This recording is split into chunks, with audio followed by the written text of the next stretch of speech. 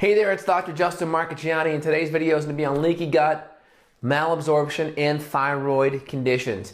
Again, I have an autoimmune thyroid condition, and I've been able to manage it naturally using functional medicine techniques and principles. And a new study just came my way via the New England Journal of Medicine, and I'm just trying to connect it to some of this leaky gut malabsorption stuff. I want people to walk away with take-home action items and to make sense of what the research is saying. So leaky gut, really simple. This is my age-old analogy that I always give here. Fingers together, right? That's your healthy tight junction, right? Inflammation in the gut, inflammation will actually weaken, so imagine the thickness between my fingers is like this. And when it starts to atrophy, that's atrophic gastritis. So it starts to thin out and open up. And when that happens, so again, this is a cross section. So imagine your intestine and you just chopped it in half and you're looking at that chopped piece. This is a cross section here. And now I'm going to give you a magnification right here where you have your microvilli and you have your little cilia up top, and then you have the tight junctions right here, kind of at the interwoven parts of the fingers where the fingers connect. So if we put our fingers together, right, that's our healthy gut lining. We open it up just a bit. That's a inflamed gut lining where the tight junctions have opened up, i.e. leaky gut. Now, really important here, what you're going to see is that here's our gut right here. Here's the intestinal tract. When inflammation happens, we have these little pockets here open up, and various food particles, right? Food particles that may be hanging out in here, or we have maybe endotoxin, right?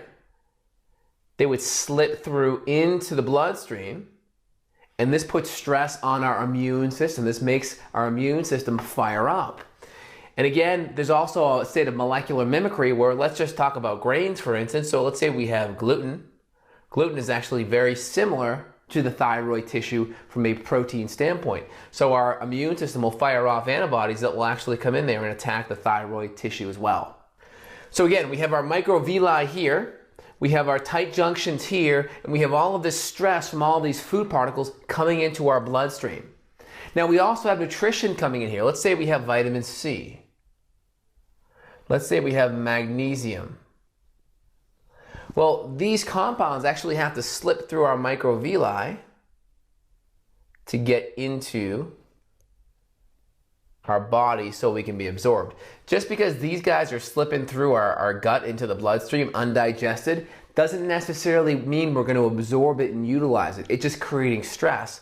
We actually have to have our nutrients come in through our microvilli to the top part called the cilia. So it's kind of like a vacuum cleaner. So you can see here's your vacuum cleaner. It sucks up nutrients, right? Vitamin C, magnesium, iron, right? All gets sucked up. But imagine you're coming through there, right? Instead of sucking up all these healthy nutrients, let's say we get a big football. Just to stay true with the household analogy, that football comes in there, that's going to clog up that vacuum cleaner. You're not going to be able to absorb any of these nutrients. So when vitamin C comes around, boom, it's just bouncing off the football. It's not going to be able to be absorbed.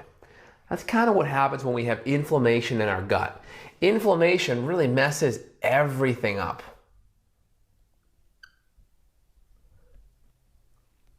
It affects the whole absorption scenario, and it also affects the leaky gut. And we get more and more of these compounds here in the bloodstream stressing out the immune system. That's the key thing.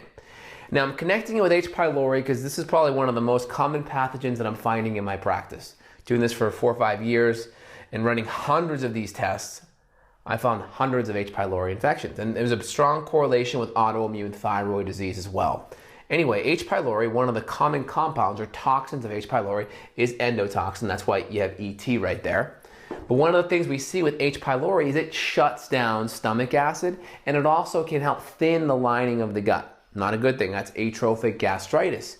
In one study, I'm going to put in the references below the video, one study they found that patients that had atrophic gastritis or H. pylori infections, they needed more thyroid hormone, up to 20 to 30% more thyroid hormone. Okay, what does that mean? What's the takeaway? It means they needed more thyroid hormone because they weren't absorbing it. And here's the kicker. When they added in omeprazole or Prilosec or a proton pump inhibitor, because remember, when they have a thinning gut, that creates inflammation and pain. Inflammation Again, if it's raw, they take a proton pump inhibitor to lessen the stomach acid. And that lessens it, that also lessened the absorption. So they found that when they added Prilosec and they added thyroid hormone in an inflamed gut, the people needed even more thyroid hormone than without the Prilosec by itself. So in other words, Prilosec made the absorption problem worse. What they often found was this. Typically we have a marker of TSH here. TSH is a thyroid brain hormone. It's the brain talking to the thyroid. So as the thyroid is lessening its output, TSH goes up, right?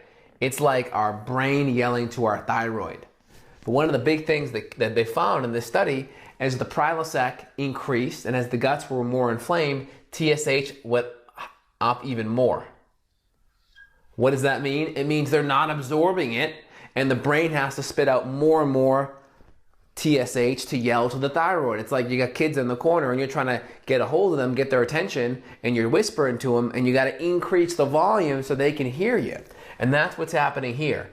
Prilosec, proton pump inhibitors with gut inflammation made the problem worse, and people had to take 20 to 30% more thyroid hormone. So here's the issue. Many people that have thyroid issues have H.pylori infections. Many people that have thyroid issues also have gut issues, potentially caused by the H. pylori, and they also may have leaky gut. Actually, they definitely have leaky gut, because to have a thyroid, or to have an autoimmune thyroid, leaky gut and thyroid issues are almost always like this. If we see that, there's probably a malabsorption, and again, the typical treatment tends to make that problem worse. It's not getting to the underlying issue. So the big takeaway here is gut inflammation and Prilosec actually increase your need for thyroid hormone, and many people may not be aware of that. So if you're feeling like you're not quite dialing in your thyroid meds and you're having a hard time finding the right dosage, and you're finding that you have other issues like leaky gut and other gut issues that aren't really getting resolved, and you're just finding yourself use a whole bunch of medications to treat those symptoms, your intuition's probably right. You have to look a little bit deeper. So I hope this video kind of gives you some of the underlying mechanisms and makes sense of it all, and shows you that what you're feeling isn't all just in your head, it's actually in reality. And if you want to dig a little bit deeper, feel free and click below or on the screen and find out how you can get a hold of me and how we can take the next steps to move you in a positive direction. Thanks, this is Dr. J signing off.